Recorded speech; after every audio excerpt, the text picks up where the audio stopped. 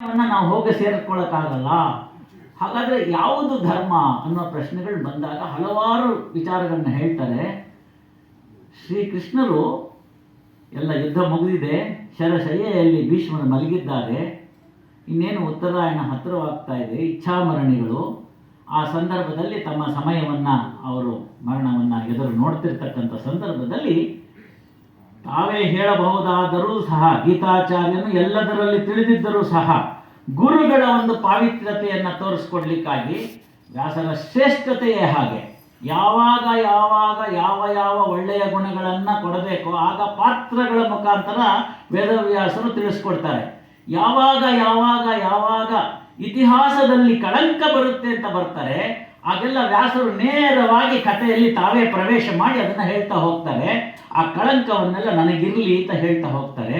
ಹಾಗೆ 16 ಸರ್ತಿ ವ್ಯಾಸರು ಮಹಾಭಾರತದಲ್ಲಿ ಕಾಣಕ್ಕೆ ಸಿಗ್ತಾರೆ. ಅದನ್ನ ಇನ್ಯಾವಾಗಲಾರು ಒಮ್ಮೆ ಚರ್ಚೆ ಮಾಡೋಣ.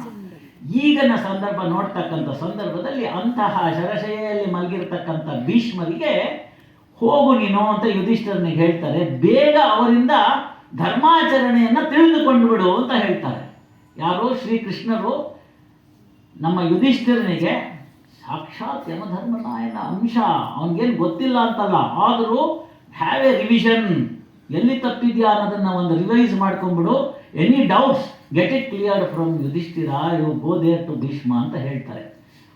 ಅವನಾದರೂ ಹೋಗಿ ಕೈ ಮುಗಿದು ಕೇಳ್ಕೊತಾನೆ, ಹೇಳಿ ಭೀಷ್ಮರೇ ಅಂತ. ಭೀಷ್ಮರು ಶಾಂತಿ ಪರ್ವದಲ್ಲಿ ಬರ್ತಕ್ಕಂಥ ವಿಚಾರ ಹೇಳ್ತಾರೆ. ಅಯ್ಯೋ ನಾನೇನಪ್ಪ ಧರ್ಮವನ್ನು ಡಿಫೈನ್ ಮಾಡಲಿ, ಧರ್ಮ ಈಸ್ ಇನ್ಕೇಪಬಲ್ ಆಫ್ ಡೆಫಿನೇಷನ್ ಅಂತ ಹೇಳಿ ಉತ್ತರ ಕೊಡ್ತಾರೆ.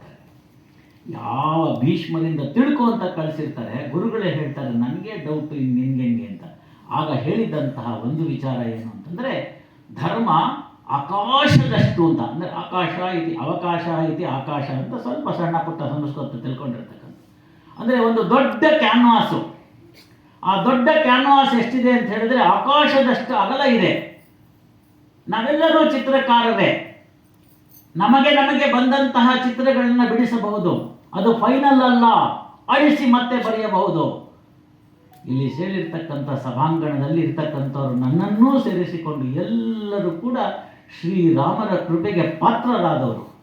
ಹೆಂಗೆ ಸರ್, ನೆನತಾನೆ ಪಾನಿಪುರಿ ತಿಂದಿದ್ದೀನಿ ಅಂದರೆ ಓಕೆ ಪರವಾಗಿಲ್ಲ, ಇನ್ನೇನೋ ತಪ್ಪು ಮಾಡಿಬಿಟ್ಟಿದ್ದೀನಿ ಪರವಾಗಿಲ್ಲ. ಯಾಕೆ ಕೃಪೆಗೆ ಪಾತ್ರರಾದರು ಅಂದರೆ ನಮ್ಮನ್ನೆಲ್ಲ ಕೋವಿಡ್ ಆದಮೇಲೂ ಶ್ರೀರಾಮ ಉಳಿಸಿದಾನೆ.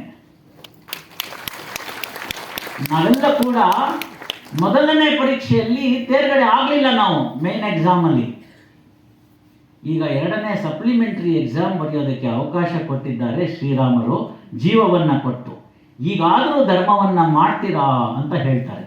ಧರ್ಮ ಮಾಡ್ತೀನಿ, ಯಾವ ಧರ್ಮವನ್ನು ಪಾಲಿಸಬೇಕು ಅನ್ನೋ ಇಂತಹ ಅನುಮಾನಗಳು ಬಂದಾಗ ಧರ್ಮಜ್ಞನಾಗಿರ್ತಕ್ಕಂಥ ಶ್ರೀರಾಮ ನಡೆದ ದಾರಿಯಲ್ಲಿ ಒಂದು ಹೆಜ್ಜೆಯನ್ನು ಇಟ್ಟರೆ ಸಾಕು, ಸಪ್ಲಿಮೆಂಟ್ನ ಡಿಸ್ಟಿಂಕ್ಷನಲ್ಲಿ ಪಾಸ್ ಆಗ್ತೀವಿ. ಇಷ್ಟು ಅಶ್ಯೂರೆನ್ಸ್ನ ವಾಲ್ಮೀಕಿಗಳು ನಮಗೆ ರಾಮಾಯಣದ ಮುಖಾಂತರ ಕೊಡ್ತಾರೆ. ಹಾಗಿದ್ದಂಥ ಪಕ್ಷದಲ್ಲಿ ಶ್ರೀರಾಮರು ಧರ್ಮಜ್ಞರಾಗಿರ್ತಕ್ಕಂಥವ್ರು, ಅಂದರೆ ಧರ್ಮವನ್ನು ಸಂಪೂರ್ಣವಾಗಿ ತಿಳಿದಿರ್ತಕ್ಕಂಥ ಒಬ್ಬ ರಾಜನಿದ್ದರು ಅಂತಂದರೆ ಶ್ರೀರಾಮರು ಅನ್ನೋ ವಿಚಾರವನ್ನು ಬರ್ತಾರೆ. ಮುಂದೆ ಕೃತಜ್ಞತೆ ಅಂತ ಬರುತ್ತೆ, ಅದನ್ನೆಲ್ಲ ತಿಳಿಸ್ಕೊಟ್ಟಿದ್ದಾರೆ. ಕೃತಜ್ಞತೆಗಳನ್ನು ಯಾವ ರೀತಿ ಅರ್ಪಿಸಿದ್ರು ಅಂತ. ಹನುಮಂತನಿಗೆ ಎಲ್ಲವನ್ನ ಕೊಡ್ತೀನಿ ಬಾ ಅಂತ ಕರೀತಾರೆ. ಆ ಒಂದು ಸಂಬಂಧನೇ ಒಂದು ದೊಡ್ಡ ವಿಚಾರ. ಶ್ರೀರಾಮರಂತಹ ಕೊಡುಗೈದಾನಿಯಾಗಿರ್ತಕ್ಕಂಥ ಪ್ರಭು ಇರಬೇಕು, ಹನುಮಂತನಂಥ ಸೇವಕನಿರಬೇಕು. ಯಾವುದು ಕೊಡೋದು ಬೇಡಪ್ಪ, ನಿನ್ನಲ್ಲಿ ಅನವರತವಾಗಿರ್ತಕ್ಕಂಥ ಒಂದು ಭಕ್ತಿಯನ್ನು ಕೊಡು, ನನ್ನ ಎದೆಯಲ್ಲಿ ಬಂದು ನಿಂತು ಬಿಡು ಅಂತ ಹೇಳ್ತಾರೆ. ದಾಸರನ್ನು ಹೇಳ್ತಾರೆ, ಹನುಮನ ಮತವೇ ಹರಿಯ ಮತ, ಹರಿಯ ಮತವೇ ನಮ್ಮ ಹನುಮನ ಮತವು. ಹನುಮ ಪುರಂದರ ವಿಠಲನ ದಾಸ, ಪುರಂದರ ವಿಠಲನೆ ಹನುಮನೊಳವಾಸ ಅಂತ.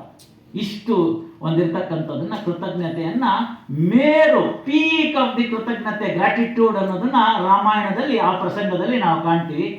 ಇನ್ನೊಂದು ಮುಖ್ಯ ನಮಗೆ ಬೇಕಾಗಿರ್ತಕ್ಕಂಥದ್ದು ಅನುಶಾಸನದ ಮೊದಲನೇ ಪದ. ಪ್ರಪಂಚ ಚೆನ್ನಾಗಿರಬೇಕು ಅಂತಂದರೆ, ಪ್ರಪಂಚ ನೇರವಾಗಿರಬೇಕು ಅಂತಂದರೆ, ಪ್ರಪಂಚದಲ್ಲಿ ಯಾವುದೇ ಕುಕರ್ಮಗಳು ಆಗಬಾರದು ಅಂತಿತ್ತು ಅಂತಂದರೆ ಅದರಲ್ಲಿ ಬರ್ತಕ್ಕಂಥ ಸಿಲ್ವರ್ ಲೈನ್ ಯಾವುದು ಅಂತ ಕೇಳಿದ್ರೆ ಅದು ಸತ್ಯಂ ವದ ಅಂತ.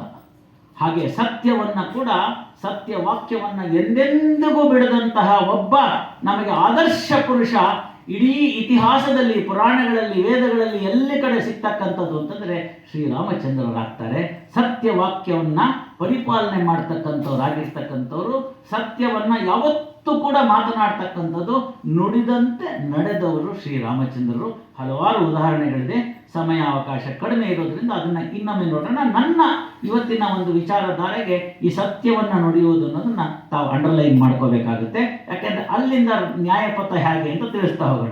ಇನ್ನೊಂದು